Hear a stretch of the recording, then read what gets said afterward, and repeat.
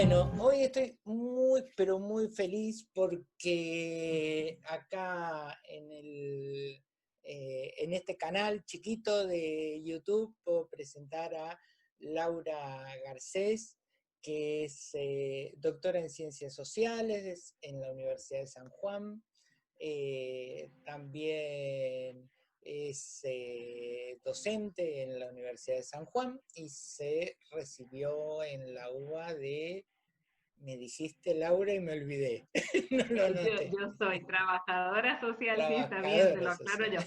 yo. Soy trabajadora social de la Universidad Nacional de San Juan, aquí ejerzo en la universidad como Ah, docente ok. dentro de trabajo social, dirijo una maestría en políticas sociales, todo aquí, y el título de doctora lo obtuve en la UBA. Me tuvimos que Bien, viajar, bueno, lo que hacemos los del interior cuando tenemos que hacer, ahora ya no tanto, pero los posgrados estaban todos concentrados en Buenos Aires, la gran mayoría, así que el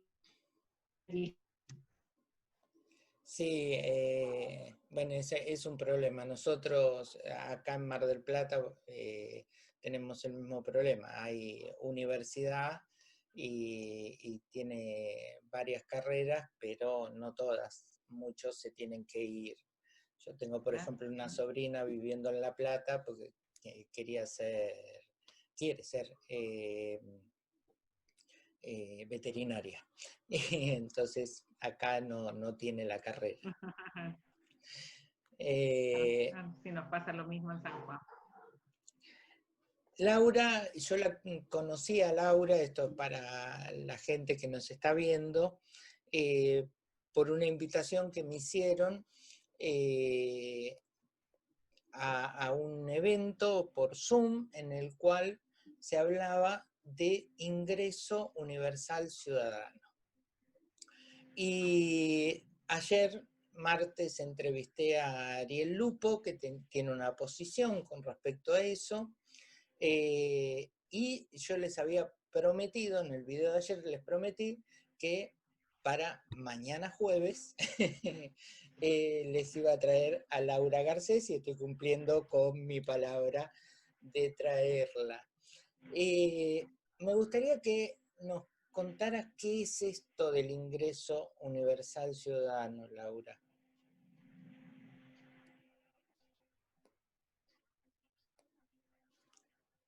Ok. Bueno, ¿se escucha bien ahí?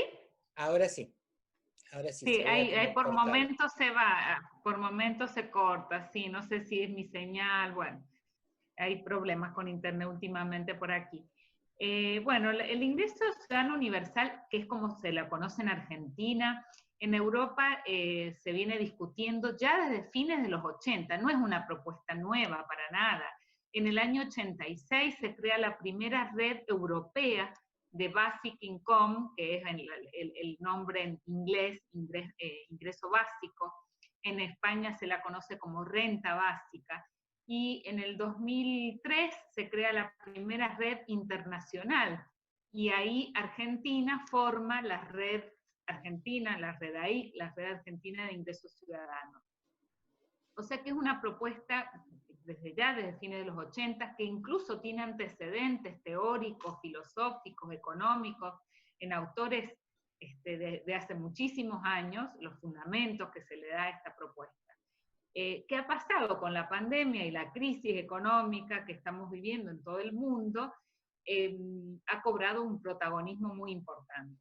Pero no todo es lo mismo, eso es lo primero que hay que aclarar, porque se habla de ingreso básico, ingreso universal, de salario social universal, o sea, un montón de denominaciones que están dando vuelta. ¿Cómo sabemos si de lo que hablamos es del ingreso ciudadano universal o renta básica? Y mirando tres características fundamentales. Entonces eso nos ayuda, mirando esas características, nos ayuda a decir, bueno, no, esto es una política de transferencia de ingresos, no es ingreso ciudadano universal.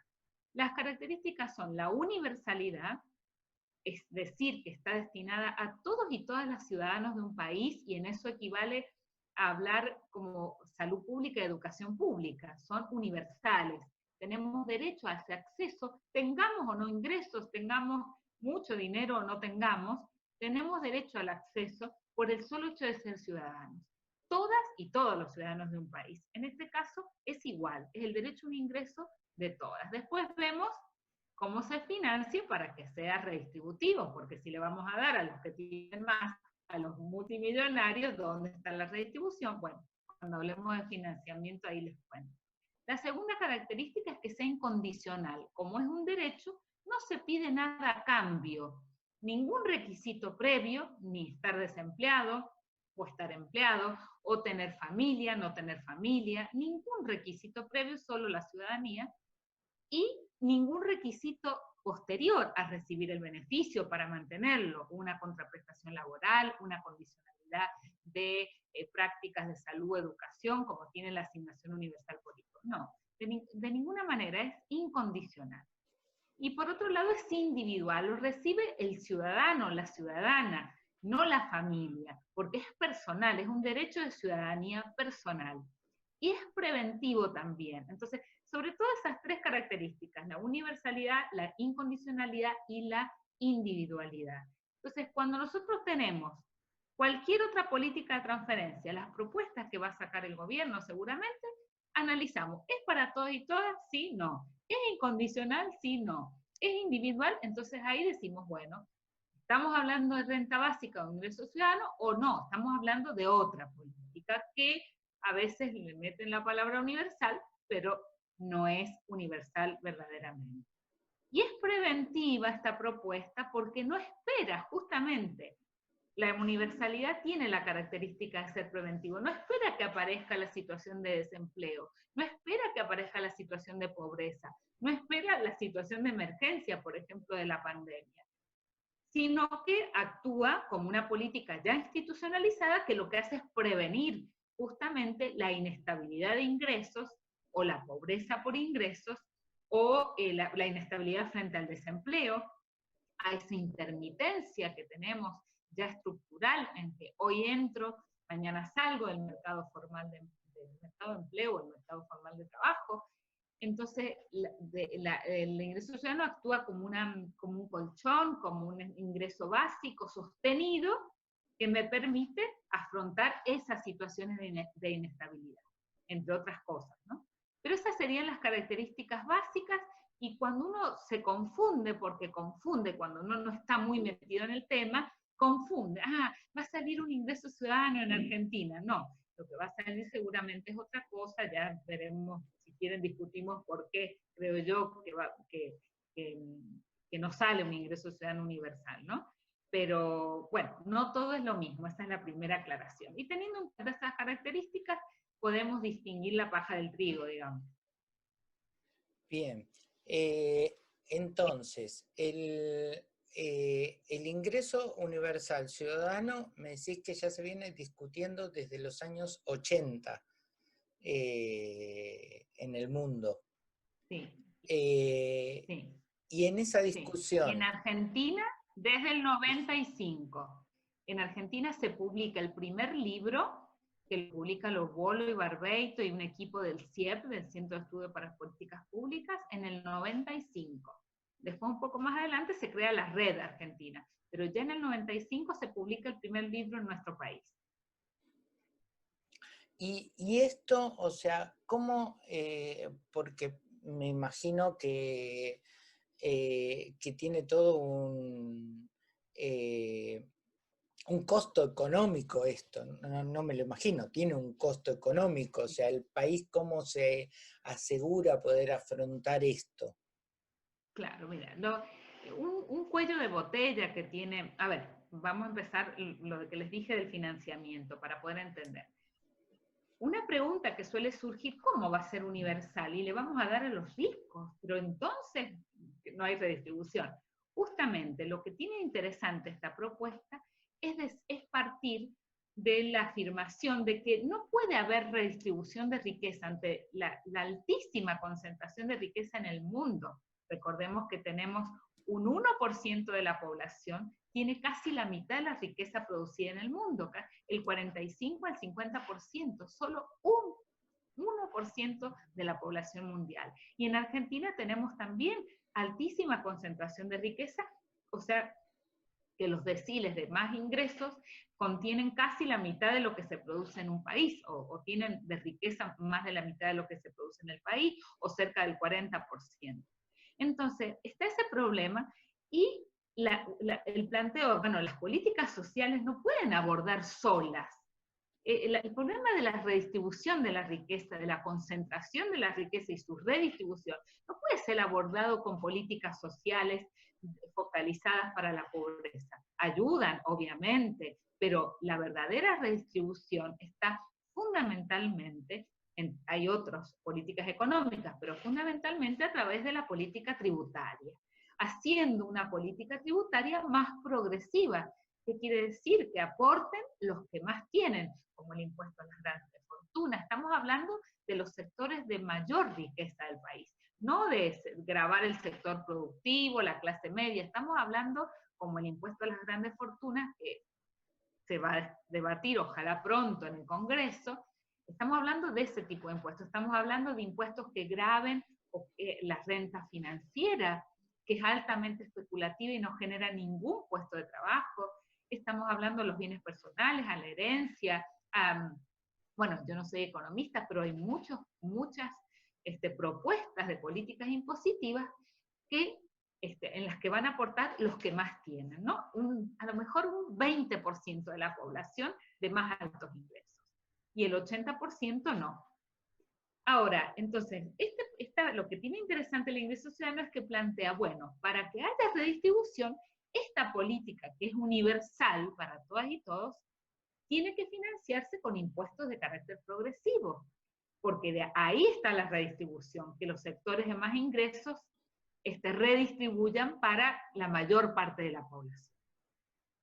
Entonces, con eso se financia, con ese tipo de impuestos a la renta financiera, a las grandes fortunas, a las herencias, a los bienes personales, a los bienes suntuosos, hay muchos tipos de esos impuestos.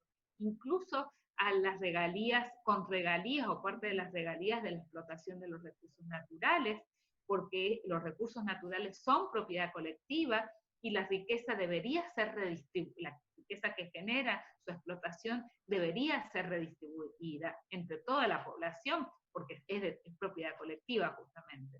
Entonces, las fuentes de financiamiento alternativas están. Lo que pasa que implica reformas que tienen que ver con lo tributario. Ese es un cuello de botella, y esa es la razón por la que en Argentina, mientras eso no salga, como en cualquier país del mundo, el ingreso ciudadano universal se ve limitado, y lo que sale va a salir algo más focalizado, una transferencia focalizada en los sectores más pobres.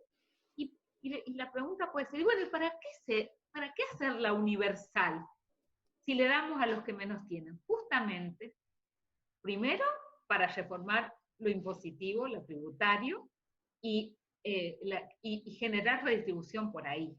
Porque pensarlo solo desde la política social es muy ingenuo, pensar que vamos a redistribuir la riqueza solo con política social.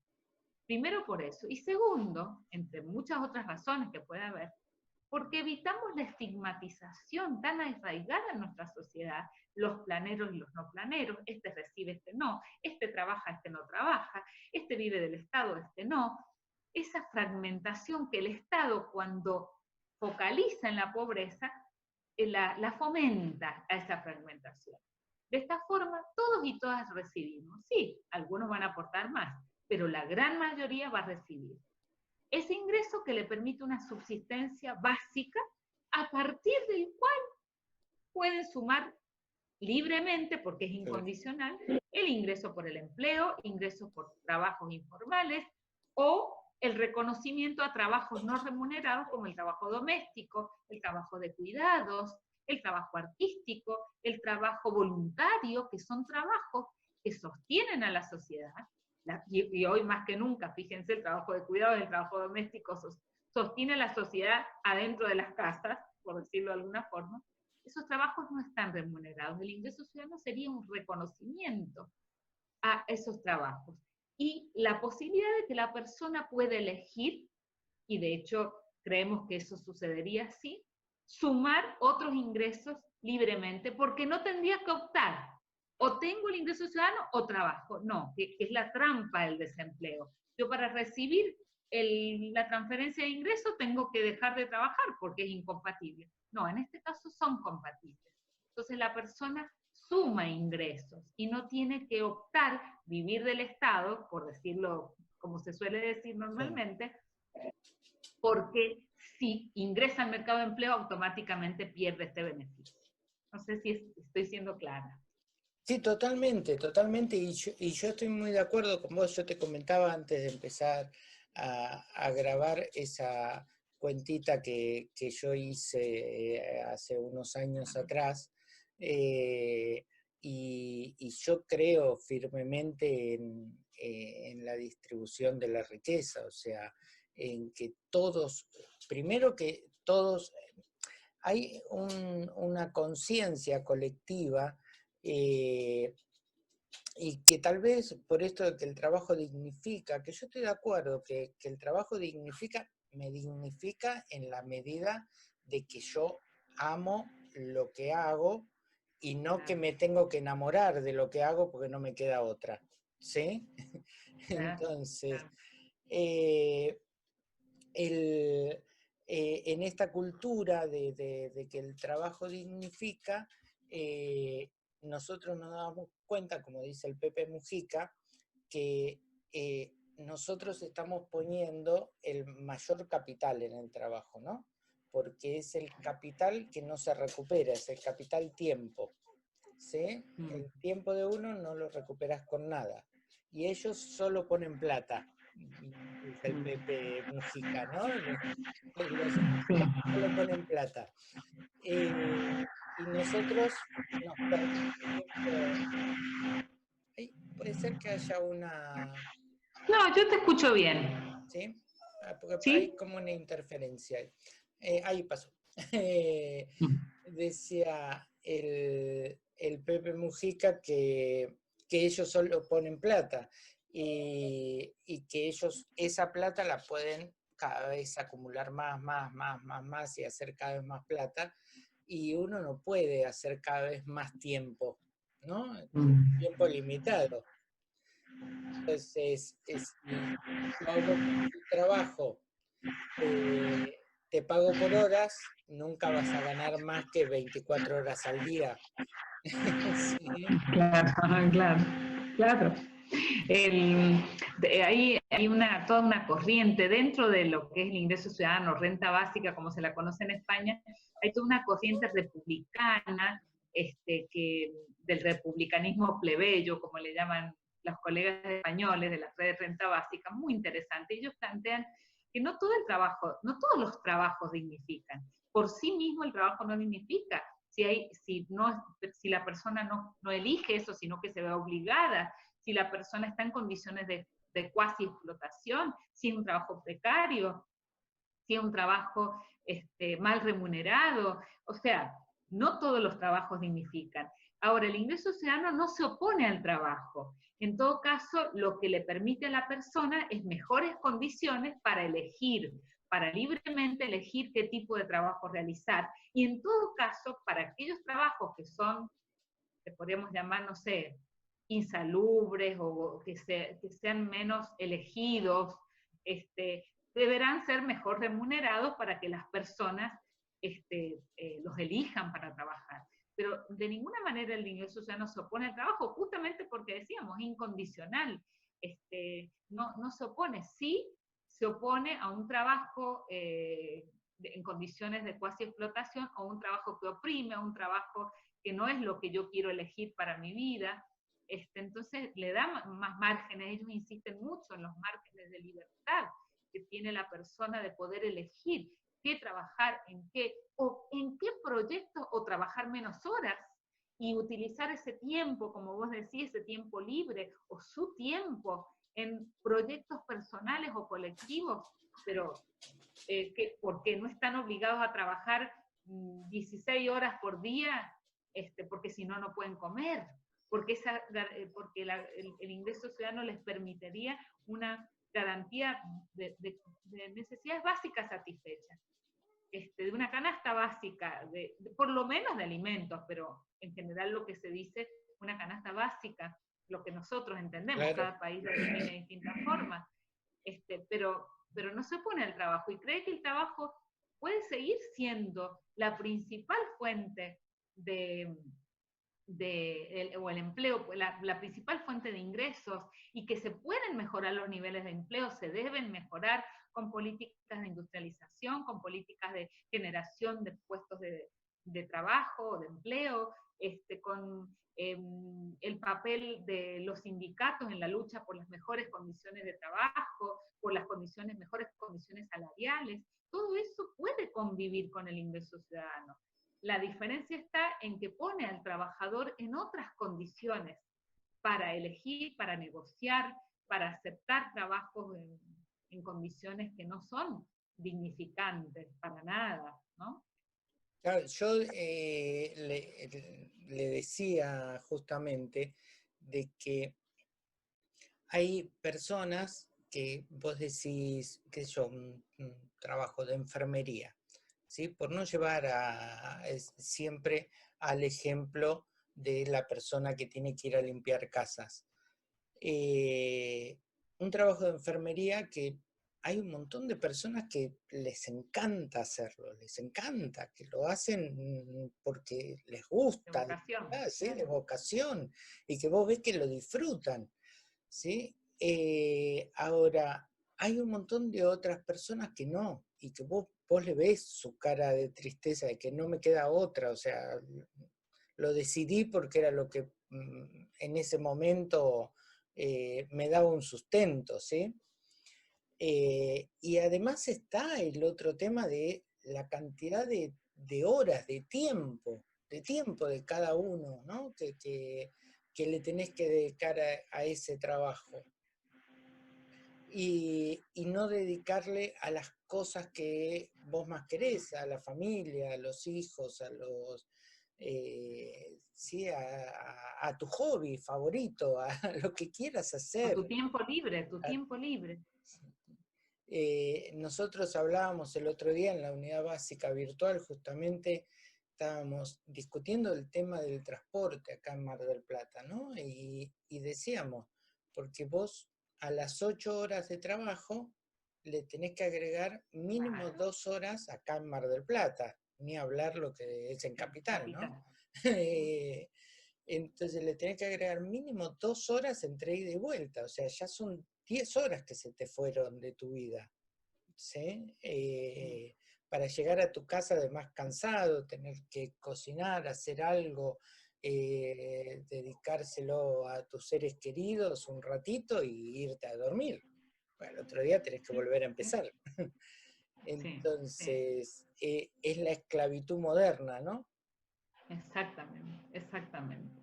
Es lo que yo recién te decía, que los compañeros de España insisten mucho, porque es toda una corriente de lo que ellos llaman el republicanismo plebeyo, en donde, bueno, el tema de la libertad es muy importante, la libertad de poder elegir. Entonces, para poder tener libertad, para poder elegir, tenemos que tener garantizada la existencia material, no, y más en sociedades de consumo. No vivimos en sociedades alternativas donde vivimos del trueque y donde no hay, no se necesita dinero para, menos para respirar, para todos los demás. Es lo que hablábamos recién antes de empezar a grabar. Desde que nacemos empezamos a consumir Claro. pañales, salud, educación, no, bueno, educación cuando nacemos no, pero medicina, pañales, ropa, alimento, leche, o sea, entonces, vivimos en sociedades de consumo, por lo tanto, el ingreso es muy importante. Ahora, no es una cosa que por ahí yo ahora últimamente estoy poniéndole este título, para hacer justicia con el ingreso ciudadano, porque muchas de las críticas que se le hacen, y cuando uno milita, yo milito desde el 97, conocí esta propuesta, siente la necesidad de hacer justicia entre comillas, no estoy en una metáfora, hacer justicia con el ingreso ciudadano, porque muchas veces se le pide todo, ¿no? Entonces, no, bueno, pero el ingreso ciudadano no soluciona los problemas de empleo, hay que generar más trabajo, pero claro que sí, claro que hay que generar puestos de empleo, claro que hay que industrializar el país lo que más se pudiera, claro que hay que generar políticas activas, pero no todo se le puede pedir al ingreso ciudadano. El ingreso ciudadano es una política de transferencia de ingresos que atiende la pobreza por ingresos. O sea, que lo que pretende es disminuir o eliminar, si se quiere, la pobreza por ingresos y dar mayores condiciones de libertad. Bueno, Ay, se te cortó ahí. ¿me escuchás ahí o no? Ahí sí, ahora sí, ahí volviste. Ahí, bueno, no sé hasta dónde se me escuchó. Se te escuchó ¿Hasta dónde que se me decías escuchó? que lo que te daba este tipo de política era la libertad, ¿no? Claro, pero no es incompatible con otras. A ver, hay una cosa que también hay que tener en claro cuando uno escucha propuestas de este tipo, es que no se esté planteando desde un punto de vista liberal. O sea, tienen todos los derechos los liberales a plantearlo. Porque la perspectiva liberal del ingreso ciudadano, que le llaman de otra forma, Ahí sí, perdón, ahí, ahora sí. sí, sí, no sé. A lo que voy, bueno, vos avísame, si se vuelve a cortar, les voy a decir que se desconecten mis hijos porque es porque somos tres los Dale. que debemos andar navegando. Ah, claro. Eh, lo que les decía es que el ingreso ciudadano no soluciona todo. Entonces, la perspectiva liberal lo que dice, bueno, el estado de bienestar se reduce al mínimo y lo que le otorgamos es esta transferencia a las personas. Y para que consuman y ayuden al capitalismo, porque de última es una política que reactiva el consumo. Pero reducimos la inversión en salud pública, en educación pública, en vivienda. No, esa no es la perspectiva que nosotros defendemos. La perspectiva que nosotros defendemos es, el ingreso ciudadano es una pata de una mesa de protección social, donde debe convivir con educación pública, salud pública, política de vivienda de manera lo más universal posible, políticas que atiendan la problemática del género, como la violencia de género, políticas para la discapacidad. O sea, es una pata dentro de un sistema de protección. Porque si no, no, pero el ingreso ciudadano no soluciona los problemas de empleo. Bueno, pero es que no es ese el objetivo del ingreso ciudadano. El ingreso ciudadano atiende el problema de los ingresos básicos para garantizar la existencia material, pero debe convivir con un sistema de protección, donde hay otras políticas que en conjunto protejan. ¿Se entiende? Porque muchas de las críticas vienen por ese lado. Bueno, esto sería para generar consumidores. No, también apunta a reactivar el consumo, sobre todo en momentos de recesión. Pero no es ese el objetivo. El objetivo es dar garantías de que la persona tiene derecho a la existencia material. Es lo primero que debe garantizarse. Y a través del empleo, eso no se puede garantizar para todas y todos desde hace décadas, en todo el mundo. Que no quiere decir que no podamos mejorar los niveles de empleo, los podemos mejorar, pero sabemos que no va a haber pleno empleo para todas y todos. Eso se sabe por la robotización, se sabe porque el capitalismo que avanza es el financiero, que nos genera puestos de empleo. Entonces, ¿cómo pensar que las personas, en Argentina el 40% de la población va a garantizar sus ingresos? Sí, los garantiza, o sea, los consigue con changas, con trabajos informales, pero eso es de muchísima inestabilidad y de muchísima vulnerabilidad de esos grupos sociales. Entonces, la forma es tener un ingreso garantizado de manera sostenida y es un punto de partida para cada persona, a la que va a sumar otros ingresos, porque sabemos que nadie vive con un plan social, nadie vive con una transferencia. Y si hay personas, son estadísticamente irrelevantes, o sea, son muy pocos. Una familia no vive con la UH, no vive o sea, uno entrevista, hemos hecho estudios en todo el país sobre la UH. Nosotros en San Juan, los colegas en otras provincias, las familias que reciben la UH suman a la UH, que es la asignación universal por hijo, changas, trabajos informales, y lo que les hace la UH es darle una previsibilidad de ingresos sostenida, la posibilidad de proyectarse mínimamente en los gastos familiares, pero no viven solo de eso, y hay estudios de sobra en relación a eso, es decir, viven de los planes sociales, no es así. Entonces, un ingreso ciudadano de la misma forma, comparando, aunque hay algunas diferencias, con la UH, porque la UH no es del todo universal, no es incondicional, bueno, tiene varias diferencias, pero es una transferencia de ingresos.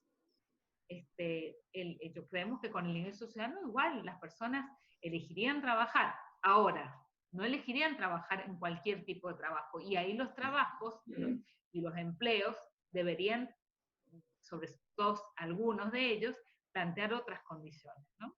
Para poder ser elegidos. ¿Hay algún país en el mundo que ya lo esté aplicando eso? Mira, Marcelo, en el mundo, así como país, no. También le pegan por ahí. Los otros días lo escuchaba al periodista Nathanson, bueno, dice, para mí la crítica más grande es que no es aplicado. No, esa no es una crítica, esa es una, a lo mejor, dificultad para poder analizar el impacto, pero no es en sí mismo una crítica. Que algo no se haya aplicado no implica que ya eso nos dé lugar a la crítica. Como país, no. Hay experiencias parciales. A ver, la experiencia más pura, como decimos nosotros, entre comillas, pura, es la de Alaska. Alaska no es un país, sino es un estado de Estados Unidos. Es un estado pequeño, por supuesto, creo que tiene alrededor de 700.000 habitantes, bueno, como la provincia de San Juan. Y Alaska, ya desde los 80, desde el 82, tiene lo que se llama el Fondo Permanente de Alaska, que es una propuesta muy interesante y se aplica desde esa época, porque se utiliza parte de las regalías de la explotación del petróleo, van a un fondo de inversión, que es el Fondo Permanente de Alaska, y ese fondo genera ganancias. Entonces, al final del año, se reparte el 25%, el 25% de las regalías van al fondo, y la ganancia del fondo se reparte entre todas y todos los habitantes de Alaska, en partes iguales, de manera universal e incondicional e individual. La diferencia es que no es por ahí suficiente, porque bueno, es, qué sé yo, cuando han llegado a cobrar más, a lo mejor han sido $2.500 anuales, porque no dependerá de lo que ese fondo genere de ganancias. Pero más allá de la cuantía, el formato es puro, digamos, de un ingreso ciudadano, renta básica. Y la otra cosa muy interesante es que el fundamento que ellos tienen, que tuvo quien fue el propulsor de esta propuesta, es que los recursos naturales son propiedad colectiva, le pertenecen a todas y todos, y no son renovables, como el petróleo. Entonces, por lo tanto, es una forma de reconocimiento de esa propiedad colectiva. Eso es lo más interesante para mí. Y después tenemos otra experiencia pura, pero acotada a un grupo etario, que es la Pensión Ciudadana de México, que en la Ciudad de México se hace ya desde el principio del 2000, creo que el 2002, se otorga a todas las personas mayores de 65 años una pensión incondicional y universal relativa, o sea, universal adentro del grupo etario, o sea, todas las personas mayores de 65, no hay selectividad. No es universal en toda la población, es universal dentro de ese grupo etario.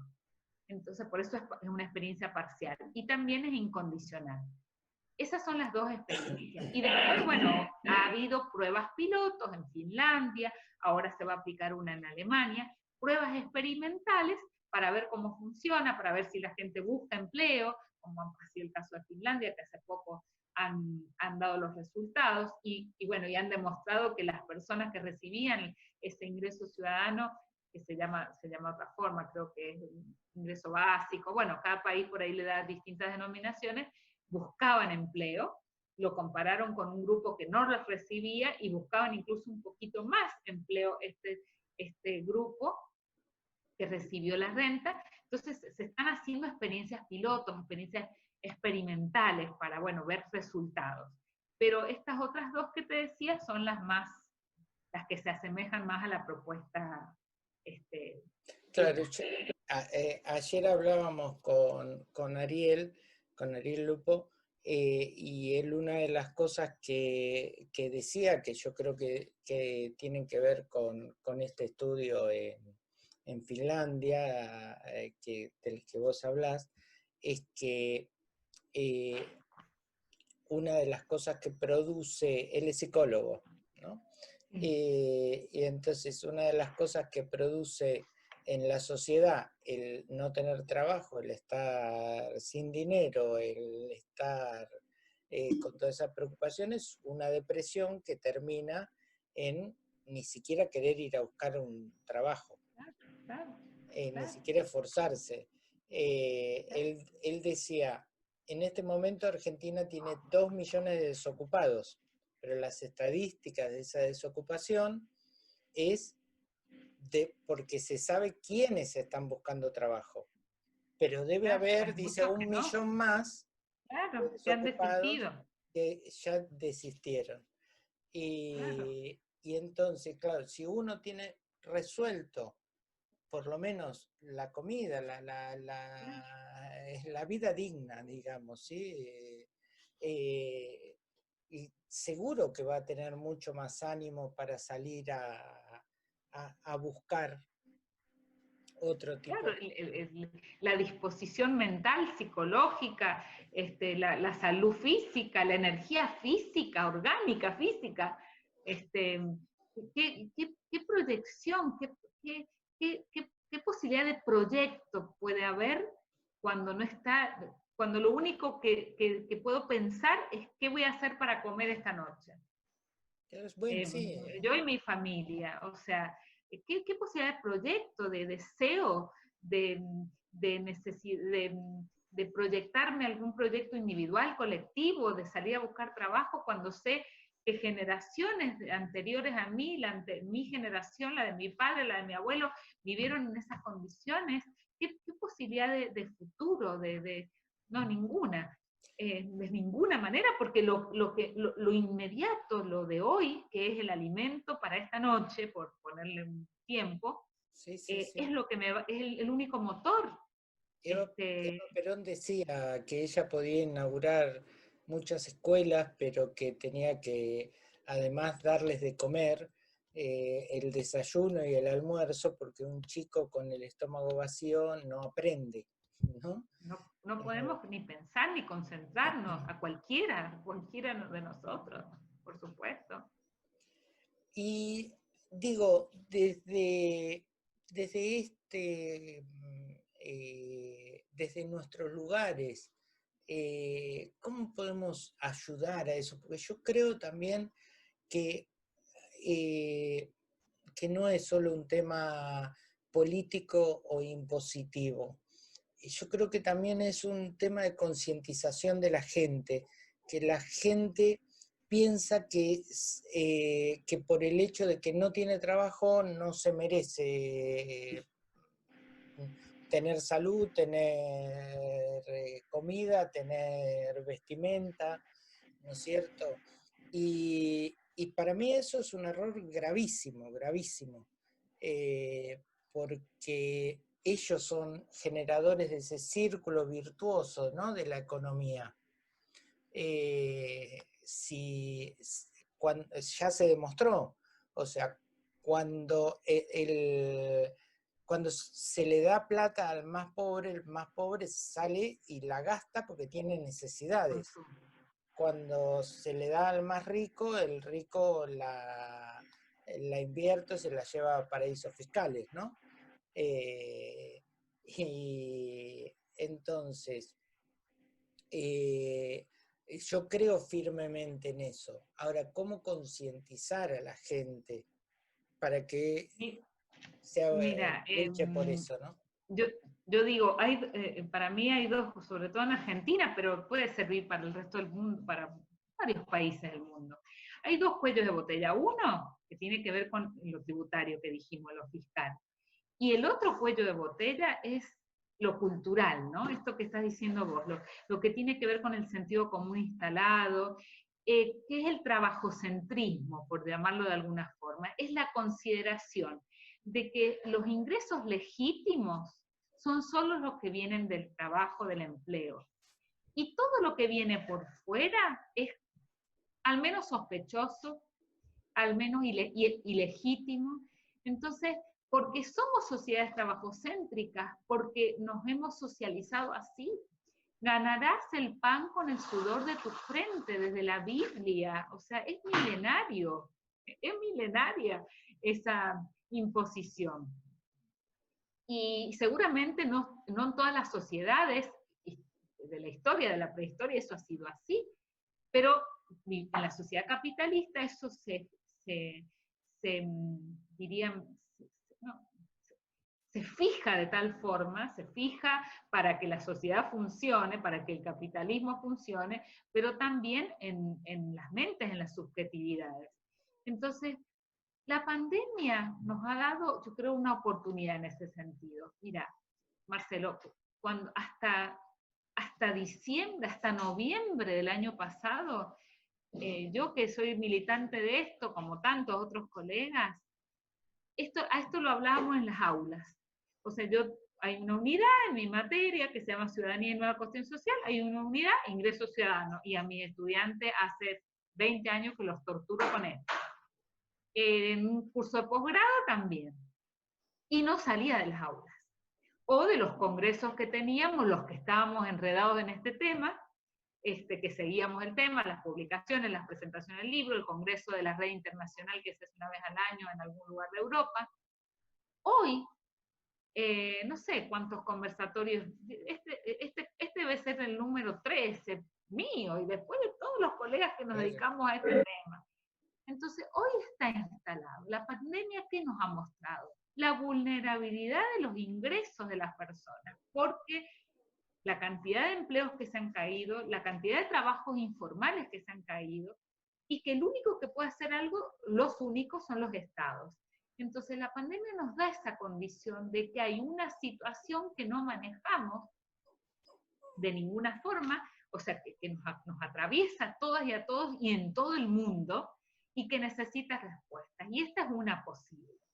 Entonces, en ese sentido, la pandemia digo, porque ya no son los receptores y receptoras del IFE, del ingreso familiar de emergencia, no son los históricos receptores de los programas de transferencia, de la UH, por ejemplo. 3.500.000, 4 millones, 5 millones como muchos son. Ahora, no se ve. Hay la mitad de esta población del IFE es un sector social que no es el que acudía al Estado para una transferencia. Eso ha mostrado la pandemia también, que hay sectores de la clase media que han quedado sin trabajo, que han tenido que cerrar sus negocios. Entonces, por eso la importancia de la universalidad. Y la pandemia eso lo ha desnudado. Nosotros lo venimos diciendo hace rato, ojo que el mercado de empleo es inestable, no, hay mucha volatilidad, no sé si es la palabra adecuada, un economista capaz que se alarmaría de esa palabra, pero hoy tengo empleo formal, el año que viene puedo no tenerlo, ya no es como nuestros abuelos que empezaban a los 20 años en un trabajo y se jubilaban en el mismo, eso ya no es así. Ahora, eso se ha agravado muchísimo con la pandemia. Entonces, la pandemia nos da la oportunidad de decir, señoras y señores, la inestabilidad en los ingresos, en los empleos, nos puede tocar a todas o a cualquiera, no todos, porque hay sectores que están salvados de por vida, pero a la clase trabajadora, en sentido amplio, a los que tienen empleo, a los que trabajan informalmente. Entonces, bueno, esa es una entrada. La pandemia es una entrada, la desnudez que nos ha dado la pandemia de ciertas cuestiones, ¿no? Y que nos atraviesa a distintos sectores sociales, no a los de más riqueza, pero sí a sectores medios y medios bajos y las clases trabajadoras en general. Esa puede ser una entrada. Había de hecho un 25% de personas que estaban fuera del sistema. Claro, no un 25% de la población, o sea, un claro, cuarto de la población de Argentina. Exactamente. Tenemos un 40% de informalidad, pero ese cálculo que se hizo no era, se calculaban 3 millones y terminaron solicitando 12 y llegando efectivamente a 9. Entonces, esa es una puerta de entrada. Y después la otra es la docencia en sentido amplio, y la pandemia esto nos ha posibilitado. Hoy en todo el mundo se está discutiendo. La CEPAL está diciendo es necesario un ingreso ciudadano universal, que le llaman universal, pero ellos dicen, bueno, se puede empezar por ciertos sectores, pero con un horizonte de universalidad. el Papa está hablando de eso, no exactamente del ingreso ciudadano universal, está pensando en los sectores informales, pero sí de un ingreso garantizado por lo menos para un sector de la población. O sea, aunque no sea la política pura, propuesta pura, la necesidad de que los estados garanticen ingresos fuera del mercado de empleo. Y vuelvo a decir, no estamos diciendo que es el fin del empleo y que no se pueden mejorar los niveles de empleo. No estamos diciendo esto. Estamos diciendo que no basta con el mercado de empleo. Entonces, bueno, yo creo que eso ayuda, Marcelo. Y después la docencia, es la difusión. Cuando por ahí le decimos a las personas que es universal, ya cambian la mirada. Ah, a mí también. Ah, eso me parece bien, me decía la otra vez una vecina que está en contra de los planes sociales en general. Ah, pero si es para todo no me parece mal. Bueno, porque esto de que yo como ciudadano también lo voy a recibir, y en todo caso, bueno, va a haber un sector de la clase, a ver, en España se ha hecho este cálculo como una estimación, no es algo exacto. Y dijeron, bueno, tocando solamente el impuesto a las ganancias, haciéndolo más progresivo, o sea, que paguen más los que más ganancias tienen, el 80% de la población, entre el 70 y el 80, se beneficiaría con un ingreso ciudadano o renta básica, porque le sumaría a sus ingresos. Después va a haber un porcentaje de un 10% en el medio, que lo que reciba lo va a pagar de impuestos. O sea que le va a ser indiferente. Y solo un 20%, entre un 15 y un 20% de ingresos más altos, son los que van a perder, o sea, los que van a poner más de lo que van a recibir. Entonces, la mayor parte de la población se vería beneficiada.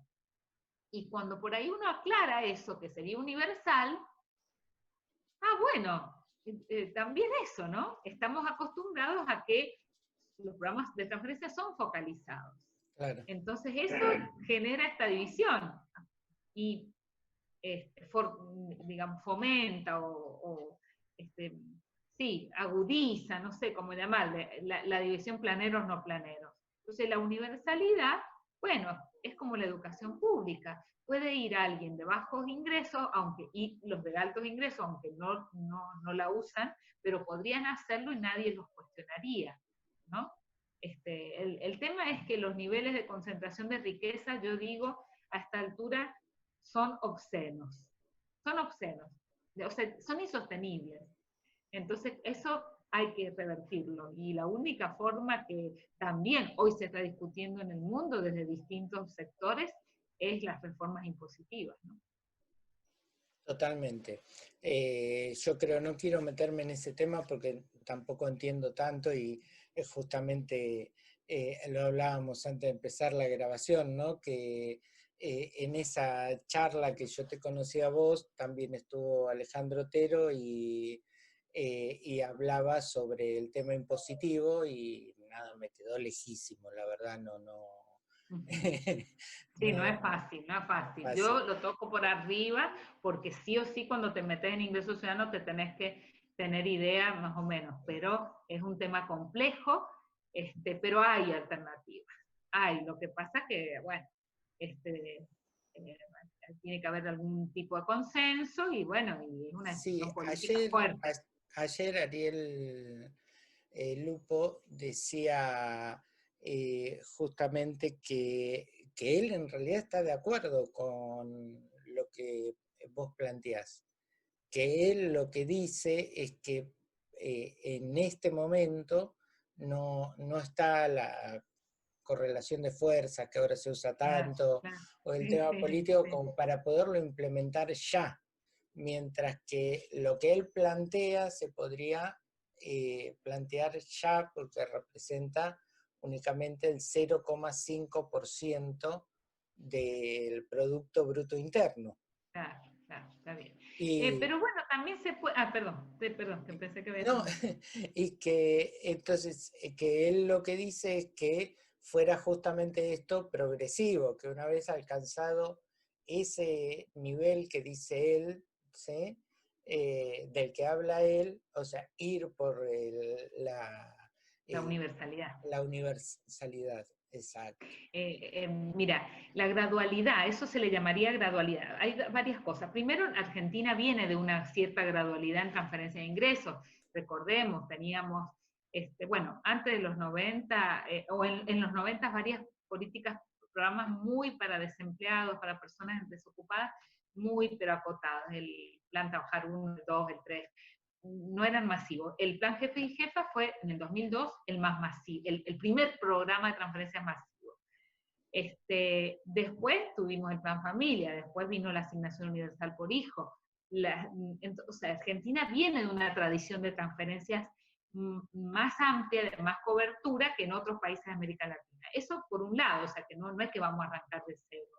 Hay ya, la otra vez tenía la cuenta, ahora no la tengo a mano, pero si sumábamos la UH, si sumábamos el IFE, o sea, la parte del IFE que no coincide con la UH, si sumábamos los 2 millones de trabajadores que hoy están recibiendo el ATP, que es parte del salario que garantiza el Estado a ciertas empresas, a los trabajadores de ciertas empresas, las asignaciones familiares de los trabajadores. No sé, llegábamos a 16 millones de personas que estaban cubiertas por transferencias. Entonces hay una gradualidad. El tema de esta aplicación gradual, como recién decía, como planteaba Ariel, y que es un planteo que está en discusión, hay muchas propuestas que vienen por ese lado. El riesgo que yo le veo es que mientras tanto se transforme en lo definitivo. Lo que yo hago porque, bueno, empiezo por acá y ese es el techo después y se quede ahí. Claro. Entonces la gradualidad está buena siempre y cuando haya una decisión política y se plantee como un escalón. Y bueno, como un proceso que después se amplía en este sentido, se amplía en este sentido. Cuando está planteado de entrada, sí. Por ejemplo, si ahora lo que saliera, que le llamen, por ejemplo, no sé, ingreso básico, como le llamen, le pueden llamar universal, pero no va a ser universal lo que va a salir, que empiece, bueno, digamos, bueno, tenemos un plan de durante 1 año, 2 años, y después va a ampliarse a este sector, y por ejemplo, la población económicamente activa, o de entre 18 y 65 años, en el lapso de 3, 5 años. El tema es cómo se plantea el horizonte político.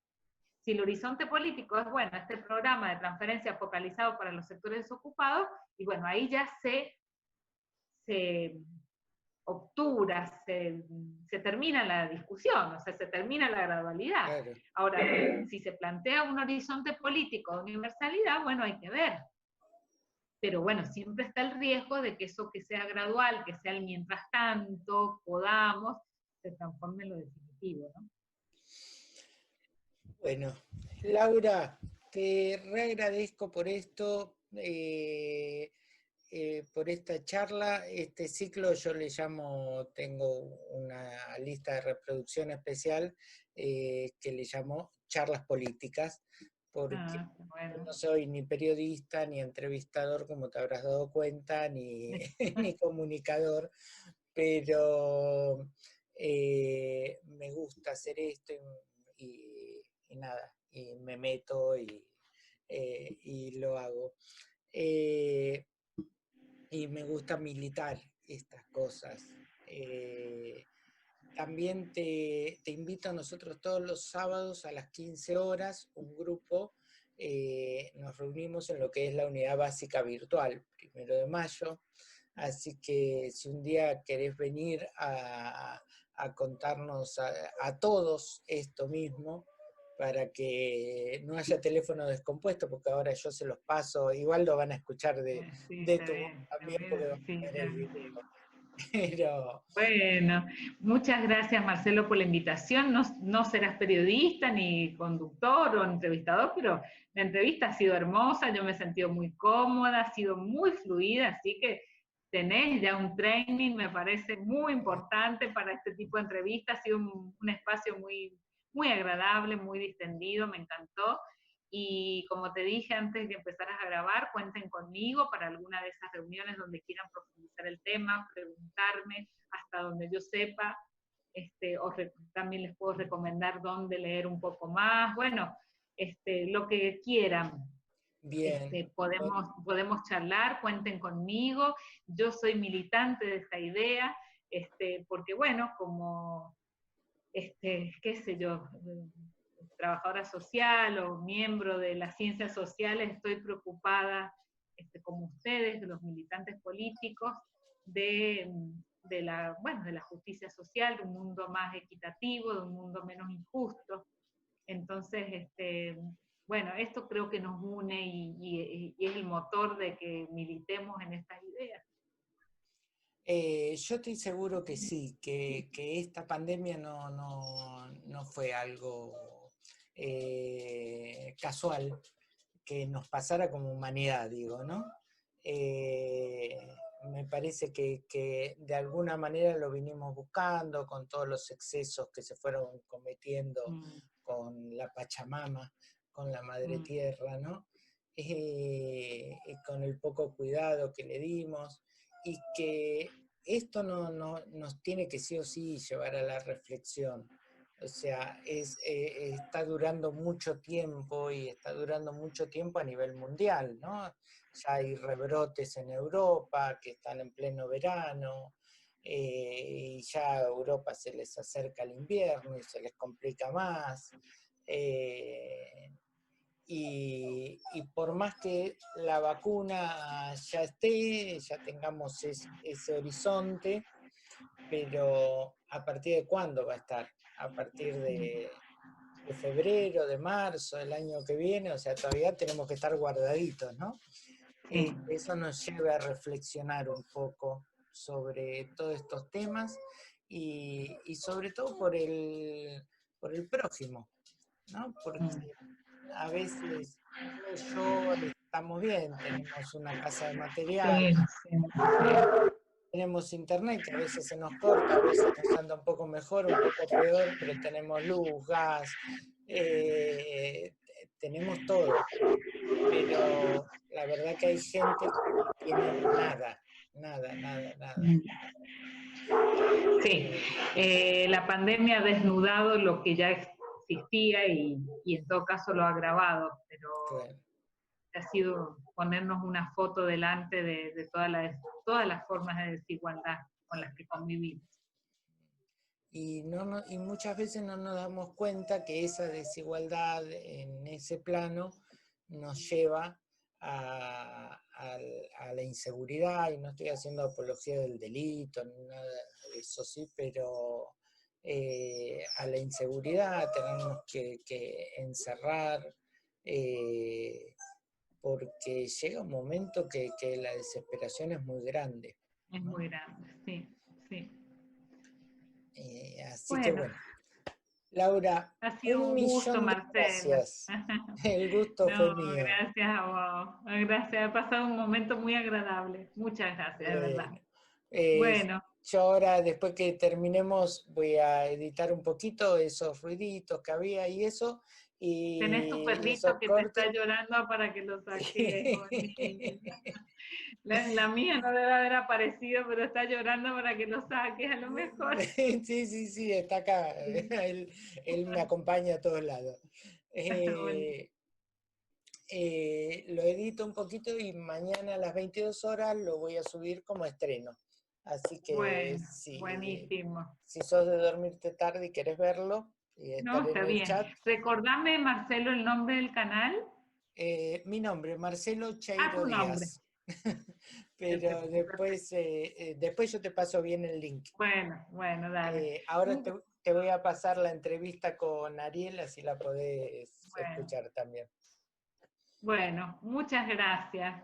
Un Gracias a abrazo vos. fuerte. Igualmente. Chau, chau, chau. Chao, Marcelo, chao.